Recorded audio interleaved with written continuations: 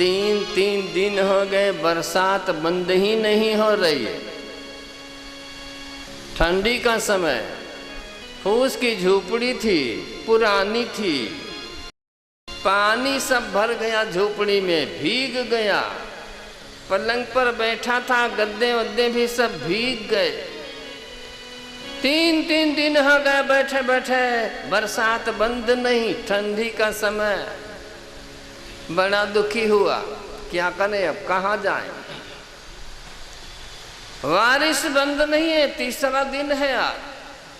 बैठे बैठे 3 दिन व्यतीत किया, बरसात अभी बंद नहीं, अब जाए कहाँ। यहाँ कपड़े पड़े तो सब गीले, नीचे पानी भर गया, अब कहाँ जाए। बहुत दुखी हुआ, लेकिन उसके एक युक्ति सुझाई दी। क्या? सामने पुलिस चौकी थी। उसने सोचा लाओ कोई गुनाह कर बैठूं, कोई अपराध करूं, तो ये पुलिस वाला आएगा, पकड़ करके पुलिस स्टेशन में बंद कर देगा, तो कम से कम आराम से सो तो जाऊंगा। यहाँ तो सोने जैसा कुछ है नहीं, पानी भरा। यही विचार ही कर रहा था, इतने में कोई बहन हाथ में छतरी लेके वहीं से निकली, कहीं जा रही होगी। ये झोपड़ी से निकला, दौड़ा, उस बहन के हाथ से छतरी छीन लिया। लेकिन जब छतरी छीन लिया तो उस बहन ने कहा, बड़े भैया आपकी है तो आप ले जाओ, मैं पुलिस के पास फरियाद करने नहीं जाऊंगी। अब ये जो पुलिस के पास फरियाद न करे तो पुलिस कोई ऐसे थोड़ी बैठा है जो दौड़ा चला है वे, उसके दूसरा कोई काम धंधा नहीं है। और फरियाद भी कैसे करेगी, क्योंकि हकीकत ऐसी थी कि वो छतरी उस बहन की थी ही नहीं, वो किसी दूसरे की छीन कर लाई थी, तो फरियाद कैसे करने जाए। याद रखना, जब परमात्मा की दृष्टि फिर जाती है, जब ईश्वर रूठ जाता है, तो जीवन में कुछ ऐसा ही घटने भी लगता है। सोने में हाथ लगाएगा, लोहा हो जाएगा, खाक बनेगा। एक सिलेगा, 17 टूट जाएंगे। ऐसी स्थिति बनती है जब मेरा भगवान रूठ जाता है। लेकिन जब भगवान रूठता है, जब मुसीबत के क्षण आते हैं, निकलने का कोई रास्ता नहीं बचता है, मुसीबतों के जब पहाड़ टूटने लगते, तब हमको भगवान भी याद आने लगता है। वैसे हमको भगवान नहीं याद आता है, फुर्सत ही नहीं मिलती हमको भगवान को याद करने। पर मुसीबत के पहाड़ जब टूटते हैं, तब हमको भगवान याद आता। भगवान कहता, मैं तो तेरे पास में ही खड़ा था, किसी दिन तूने मुझे याद ही नहीं किया भाई। अब जब परेशान होने लगा, तब तू पुकारता है।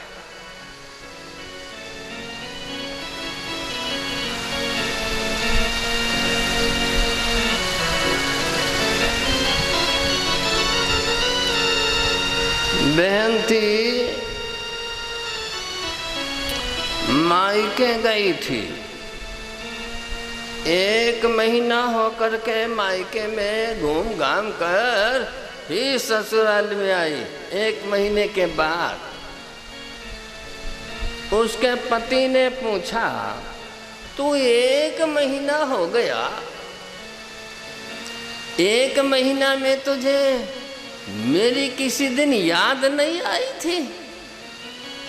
अरे बोले जी, आपकी याद क्यों नहीं है, आपकी तो बहुत याद आई थी, और उस दिन बहुत याद आई, उस दिन बहुत याद आई थी। कब? तो कह, तुम्हारे दिए हुए पैसे सब खर्च हो गए थे, मोहल्ले में साड़ी बेचने वाला आया था, उस दिन बहुत याद आई थी। ऐसी स्थिति अपनी होती है जब अपनी जेब खाली और चारों तरफ से मुसीबत का पहाड़ टूटता है, तब हमको जरूर याद आता है भगवान, फिर याद आता है नहीं, परमात्मा याद आता है। यही स्थिति इसकी जयंत की होती है। तीनों लोकों में गया है, एक एक देवता के पास में गया है, कोई भी मदद करने को तैयार नहीं हुआ। राम के बाण से कोई रक्षा करने को तैयार ही नहीं हुआ। जहां गया वहां लोग धक्का लगा दे, बाहर निकल।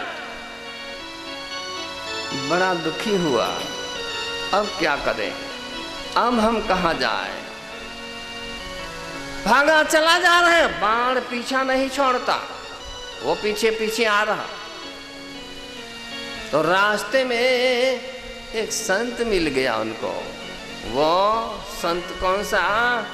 तो बाबा जी कहते हैं, नारद देखे हो विकल जयंता, नारद देखे हो विकल जयंता, नारद देखे हो विकल जयंता, नारद देखे हो विकल जयंता, और लागी दया कोमल चित संता, लागी दया कोमल चित संता, लागी दया कोमल चित संता, लागी दया कोमल चित संता।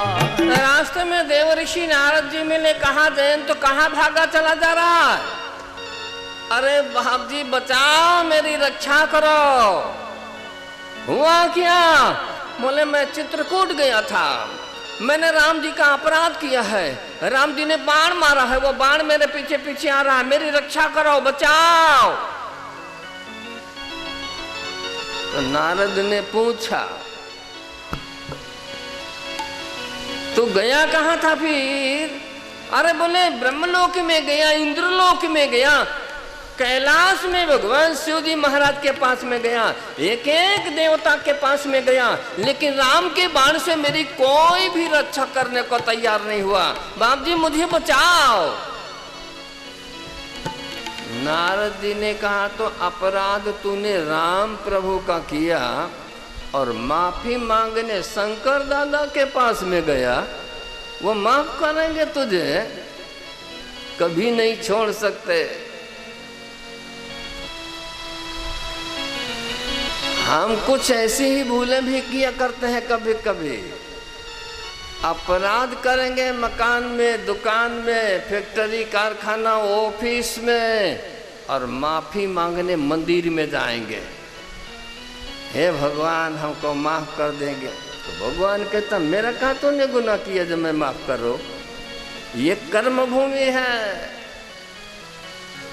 यहाँ जो जस करे सो तस फल चाखा। वहीं जा, जिसका अपराध किया उसी के पास, वही माफ करेगा, और कोई नहीं।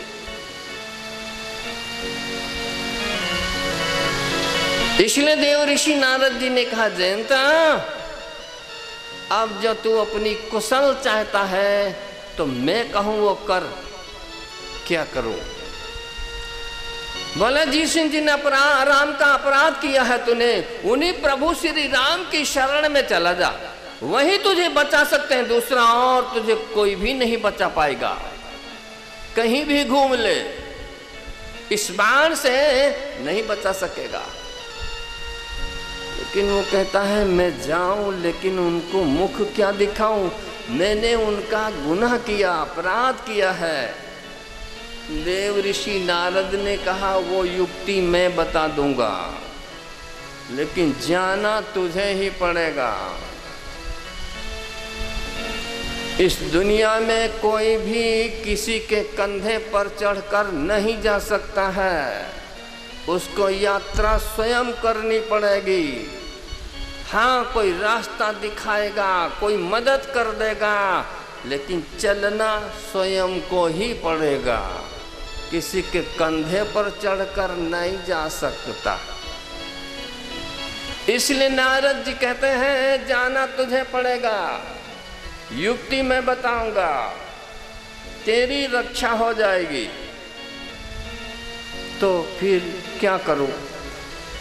बोले करना और कुछ नहीं है, भगवान के शरण में ही जा, उन्हीं के पास जा। और एक मंत्र सिखा दिया, यही काम करना। भेज दिया। भगवान चित्रकूट में बैठे थे और जा करके सीधे चरणों में गिरा, त्राहि मां। भगवान ने कहा तू वापस आ गया? बोले हाँ आया प्रभु, लेकिन पहली बार आया था तो आपका प्रभाव देखने के लिए आया था। प्रभाव तो देख लिया, तीनों लोकों में घूमा, एक एक देवता के पास में गया, आपके बाण से मेरी कोई भी रक्षा नहीं कर सका। ऐसा प्रभाव है आपके बाण का। तो प्रभाव तो देख लिया। तो भगवान ने पूछा तो फिर अब किस लिए आया?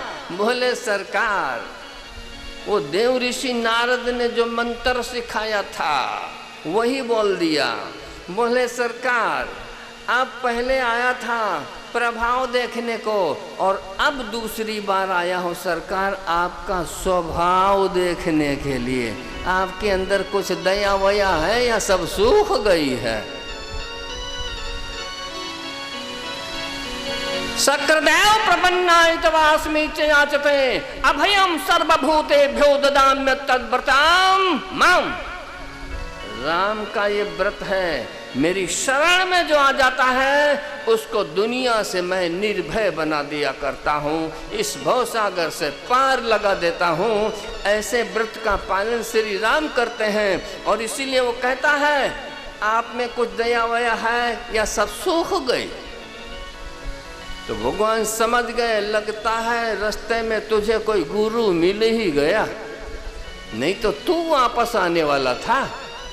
लेकिन मेरा अमोघ बाण है, ये लक्ष्य भेदे बिना वापस नहीं आ सकता। अब ये बाण कहाँ डालूं? उसने कहा महाराज जो करना है सो करो, आपकी शरण में आगे आपके चरणों में सिर रख दिया, मारना है तो मारो, तारना है तो तारो, ये मर्जी आपकी।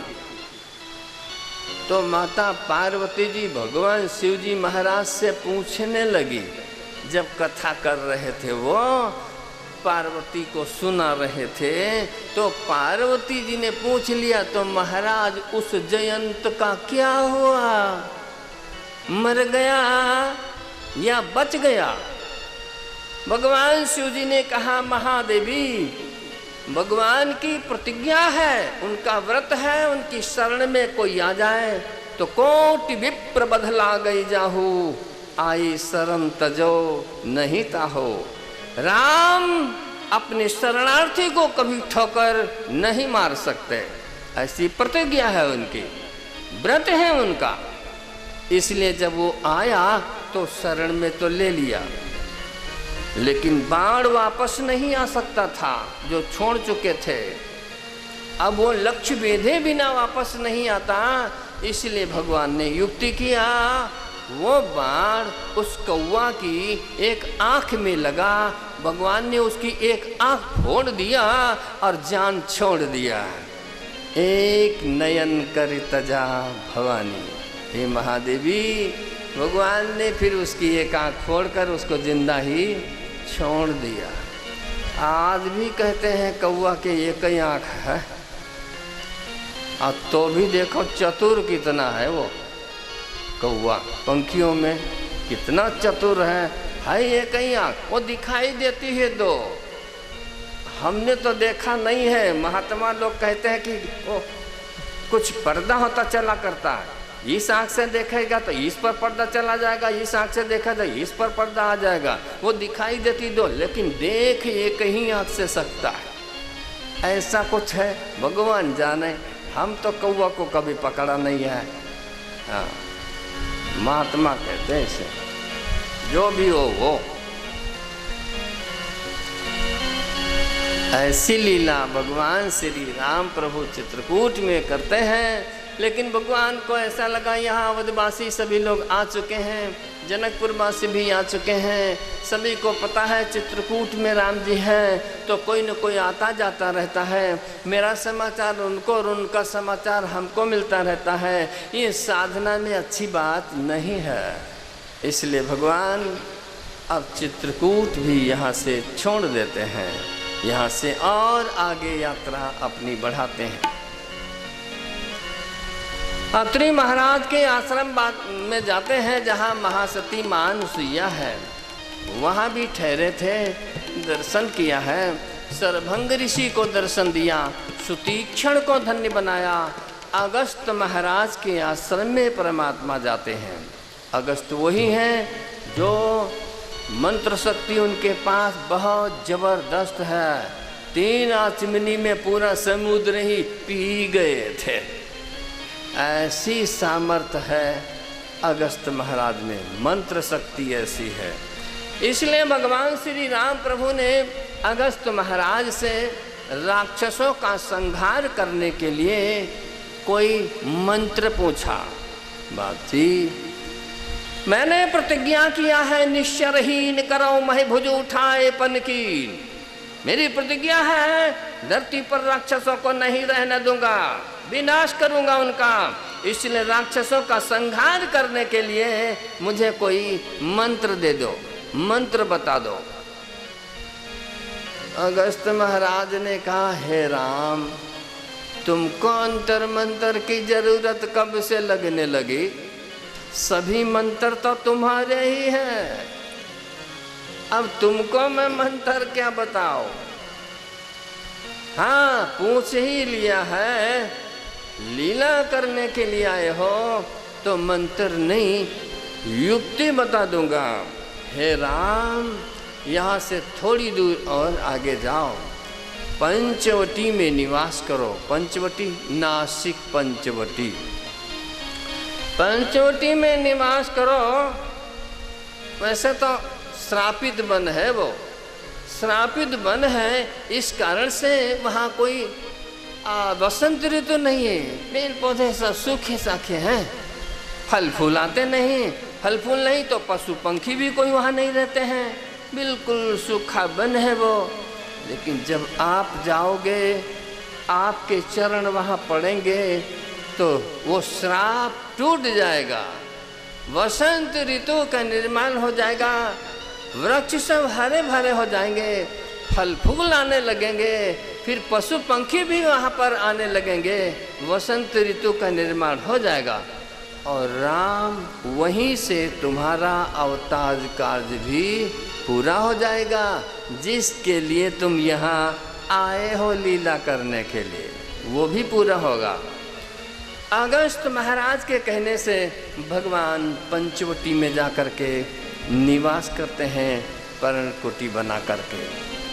और जब पंचवटी में गए तो लक्ष्मण जी ने इसी पंचवटी में भगवान श्री राम प्रभु से पंचवटी में 5 प्रश्न भी पूछा है। लक्ष्मण जी ने कहा, प्रभु, लोग चिल्लाया करते हैं माया माया माया, माया मतलब क्या? ये माया कौन सी बला है? माया किसे कहते हैं? और प्रभु, ज्ञान किसे कहा जाता है? वैराग्य किसे कहते हैं? जीव और ईश्वर में फर्क क्या है? और जिस साधना से आप बहुत जल्दी प्रसन्न हो जाते हो, वो कौन सी साधना है? ये 5 प्रश्न लक्ष्मण जी ने पंचवटी में राम जी से पूछा। भगवान ने कहा, लक्ष्मण, वैसे तो तेरे बहुत विशाल प्रश्न है ये, लेकिन तुमने जो मेरे से पूछा तो मैं तुमको बिल्कुल संक्षेप में ही बात कर दूंगा। लक्ष्मण, तुमने जो मेरे से पूछा माया किसे कहते हैं? माया कोई बहुत बड़ी बात नहीं है, बिल्कुल छोटी सी बात है माया। माया मतलब ये मैं हूँ, ये मेरा है, ये तुम हो, ये तुम्हारा है, ये जो हिस्सा बना दे, जो बंटवारा कर दे, भाग बना दे, बस इसी का नाम माया है। मेरा और तेरा यदि छूट जाए तो माया से मुक्ति तुरंत मिल जाएगी, लेकिन मेरा और तेरा छूटता नहीं है, बस इसीलिए हमको माया से मुक्ति मिलती नहीं है। मेरा तेरा छूटे नहीं छूटे। अरे बड़े बड़े महात्माओं से नहीं छूटता। कहते हैं विदेह राजा जनक के यहाँ सत्संग चल रहा था और जनक राजा तो बैठे आराम से सत्संग में, और भी बहुत लोग बैठे थे, संत लोग भी थे, वहां तो जाए करते थे संत लोग। अचानक योग बल से सामने जनक राजा के कमरे में आग लग गई। आग लगी, इधर सत्संग चालू है, जनक राजा तो सत्संग में अपने। महात्मा बैठा, कहा महाराज जनक देखो आपके कमरे में आग लग गई है। तो जनक ने उधर देखा भी नहीं, इसकी सुना भी नहीं, बस सत्संग में ही मगन रहे। उसने दोबारा फिर कहा, अरे जनक आपके कमरे में आग लगी है, लेकिन फिर भी नहीं देखा। 2-3 बार बोला, जनक राजा उधर देखे ही नहीं। तो महात्मा खड़ा हुआ, दौड़ा, वहां गया और उसके बाद फिर वापस आ गया। तो जनक ने पूछ लिया कि महात्मा जी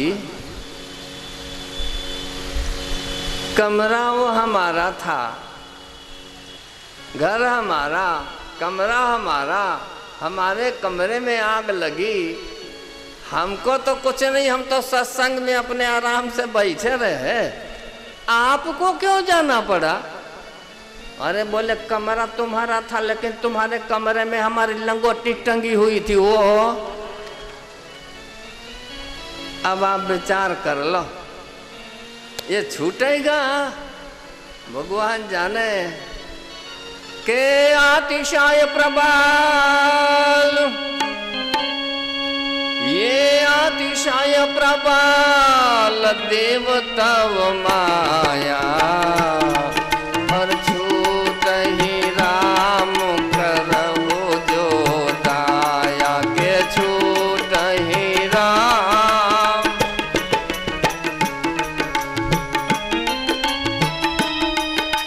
माया बहुत कठिन है, भगवान जिसे वो छूटता। और सच्चाई उसकी ये है, छोड़ना नहीं पड़ता है, अपने आप छूटेगी, जब छूटेगी तब, छोड़ना नहीं पड़ता। आप देखते हैं वृक्ष में जब पत्ता पक जाता है, जब पत्ता पकता है तो अपने आप टूट के गिरता है। जो जो पत्ता पकता जाएगा बस टूट टूट के अपने आप गिरता चला जाएगा। छोड़ना नहीं पड़ता, अपने आप छूटता ही चला जाएगा। जैसे जैसे साधना आपकी मजबूत होती चली जाएगी, बस वैसे वैसे सब छूटता ही चला जाएगा। या फिर भगवान छुड़ाए, वो मदद करे। हे अतिशय प्रबल देवतव माया, हे अतिशय प्रबल देवतव माया, छूट ही राम करहु जो दाया, के छूट ही राम, छूट ही राम करहु जो दाया। बिल्कुल छोटी सी बात है माया। मेरा तेरा छूटे, माया से मुक्ति मिले, नहीं छूटती है। छोटी सी बात, छोड़ना बहुत कठिन है। बड़े बड़े लोग हार जाते हैं उसके सामने। ऐसी भगवान की माया। माया के दो प्रकार हैं, एक विद्या नाम की माया है, दूसरी एक अविद्या नाम की माया है। विद्या नाम की माया से परमात्मा ये सृष्टि की रचना करते हैं, हमारे आप जैसे जीवों की रचना करते हैं। फिर दूसरी एक अविद्या नाम की माया है। अविद्या नाम की माया से इन जीवों को भवकूप में डुबाने का काम अविद्या नाम की माया से किया करते हैं। जा बस जीव परा भवकूपा। लेकिन ये माया हर किसी को डुबा नहीं सकती। कुछ लोग बच जाते हैं इसमें से, सबको नहीं डुबा सकती। और उसको संत कबीर ने बड़े अच्छे ढंग से उसका खुलासा किया। क्या बोले? चलती चक्की देख कर दिया कबीरा रोए। कोई बहन वो 2 पाट वाली पुराने जमाने वाली चक्की, 2 पाट, बीच में कील और ऊपर में हैंडल लगा है, बाजरा पीस रही थी। साबुत बाजरा डाले, 2 पाट के बीच में जाए, सब पीस के बाहर निकले। तो कबीर ने देखा तो सिर पीटे बैठे रो रहे। कमाल ने पूछा, बाप जी क्या हुआ? अरे बोले देख तो साबुत बाजरा डालती, ये 2 पाट के बीच में जाता, सब पीस के बाहर निकलता, एक भी साबुत नहीं। मुझे लगता है विद्या और अविद्या रूपी ये माया के 2 पार्ट हैं और इसके बीच में ये जितने जीव आए हैं एक भी नहीं बचेगा, सब पिस जाएंगे अब।